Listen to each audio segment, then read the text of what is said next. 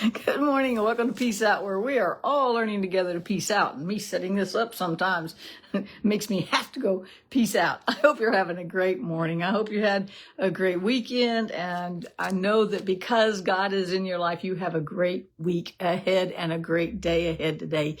Don't look at it as a Monday, look at it as a God day. He gave you today and he wants to walk with you through it. That's awesome. He's always with us. That's the coolest thing. And sometimes there are things we don't know. Surprise! Surprise! We don't know everything. And sometimes we don't know nothing. We just don't know nothing, right? Which actually means we know something, because if you don't know something, I know it's double negative, right? So we don't know what's about to happen. We base our emotions, our responses, sometimes what we decide to believe, on what we know from the past. And sometimes it's right, sometimes it's not. I'll talk about a story this morning that I've been thinking about for like 2 or 3 weeks now. It's actually in Genesis 42, and Jacob makes this statement. He says, everything is against me. Have you ever felt that way, right? We just have those times, sometimes it's in a day. You have all these different things that happen all through the day.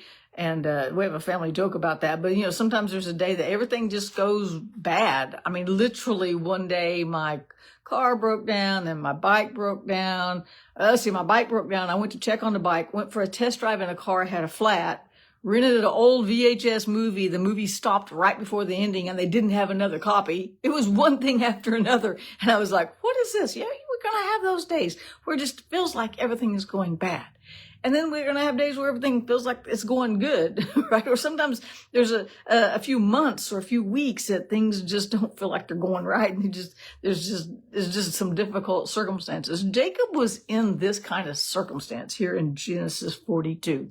Now remember, a few years ago, he thinks Joseph has been killed by an animal. His other sons, deceived him into thinking that.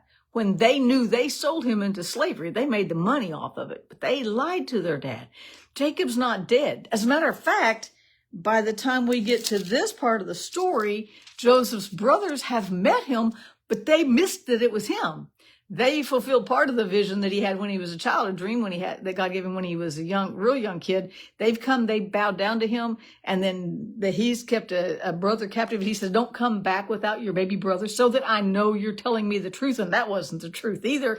He knew they weren't telling him the truth, that he knew they were telling him the truth, but he wanted to see his brother Benjamin. Right? So he says, you got to bring Benjamin back. And when they tell Jacob, we're almost out of food, we've got to go back to Egypt because God has set Joseph up as a prince and second in command over Egypt. And, and of course, Joseph goes on to say later that God put me here so that I could counsel Pharaoh so that we could all be preserved. Right? So Jacob doesn't know, first off, that Joseph is dead. Jacob doesn't know that Joseph has been behind the scenes all these years being prepared and his character tried until he is ready to set and be in command over the kingdom, the land of Egypt, right? Jacob doesn't know a lot of things when he says, everything is going against me. But we get in those moments and there's things we do know that bother us. There's things that we don't know about what we're perceiving in the future, and we can get ourselves in a slump, right? Jacob doesn't know that he is soon to have the best day of his life because he's going to be reunited with the son he thought he lost. He thinks Joseph is dead. He doesn't have a hope of seeing Joseph again. He has no idea because he believed a lie, and that's no fault on him. Who wouldn't believe it, right? His sons presented their evidence that they created in their sin and showed it. Said, is this Joseph's coat? Oh, no. And Jacob has gone through grief all those years, and he's like, you're not taking Benjamin too, because these were the sons of his wife, Rebecca, that he loved so much, right? Yeah, Rebecca and Leah. Make sure I get that right. So sometimes I'll look back and go, I had that name all wrong all through the devotional. So make sure I got it right.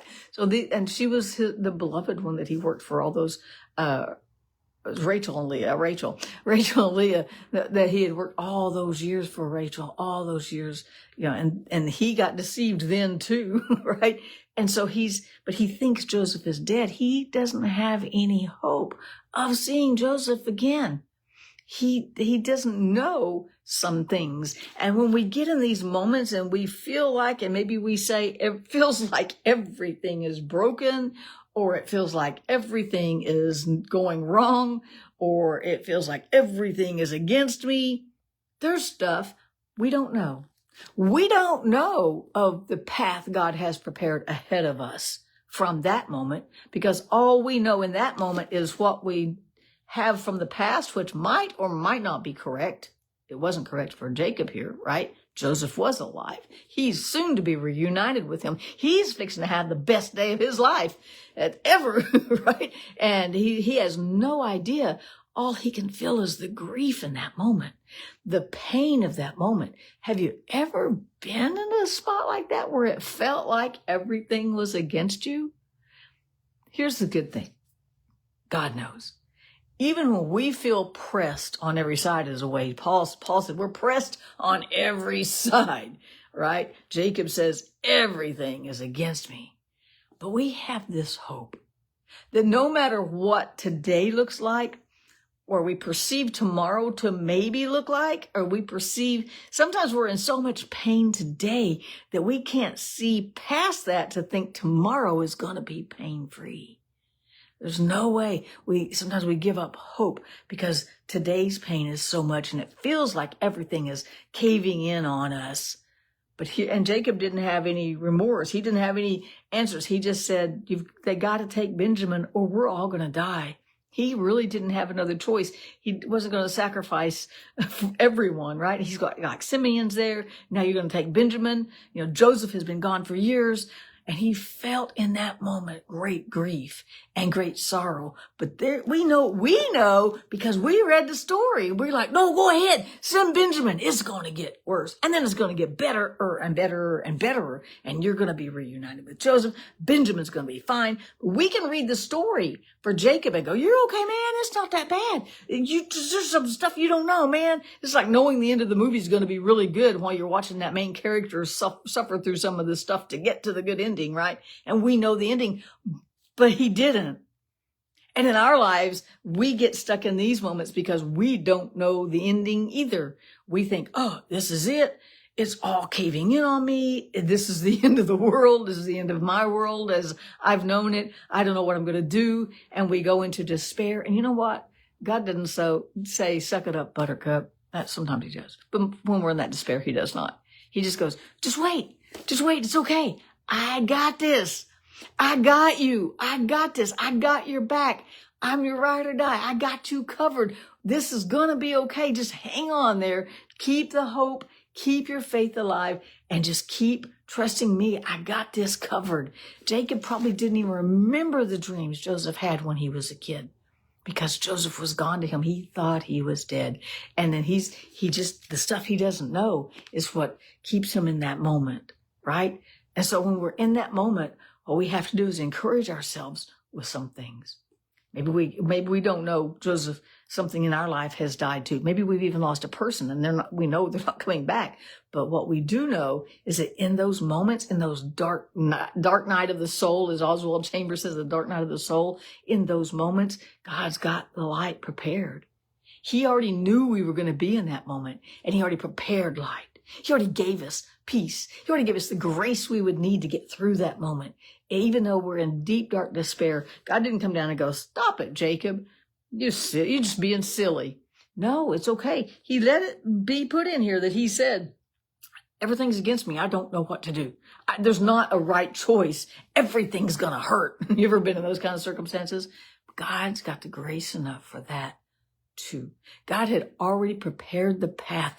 He doesn't have any idea of the great, wonderful days ahead. He's going to live his final days with his sons by his side, even the ones that lied to him, right? But he's going to be reunited with Joseph. We don't know what a day brings. And some days we have those moments, those experiences where we think Joseph has died. The promise of God has died. The dream God gave has died. But what we don't know is God didn't give us those dreams for them to die, right? He gave us those dreams for a reason. We just got to hold on to that hope. And that's where we find ourselves in the Word, and we find a scripture to hold on to. If you need faith, there's scriptures for that. If you need finances, there's scriptures for that. If you need peace, there's scriptures for that. God has given us everything we need for life, the natural stuff, and godliness, the spiritual stuff. He's got us covered even when we feel overwhelmed. And being overwhelmed is not a sin. It's human. But in that overwhelm, just remember, God gave us peace. He gave us grace. His mercies were brand new this morning just for me. And y'all can have some too, right? Because I need lots of mercies this morning. And so he's with us in it. And he knows what's about to happen. We perceive what we think is going to, or we base what we think is going to happen on our previous experiences and on our perception and our vantage point from underneath. But what Jacob didn't know is God was getting Jacob ready for the biggest blessing of his life. He was going to be reunited with Joseph, but he couldn't see that. We have to trust God for those things we can't see. And we have to know that he gave us peace, that we have his grace and his mercies for today. And then we just trust him with this day and pray that and just remind ourselves really that he is walking through this day with us. He didn't go anywhere. He's not going to abandon us. It's never dark to him. And the future is not unknown to him. He knows what's going to happen, and he chooses to walk with us through time anyway. He's with us. He's got us covered. That's why we can peace out. Peace out. Have a great day. God knows what's ahead. I'll see you again tomorrow.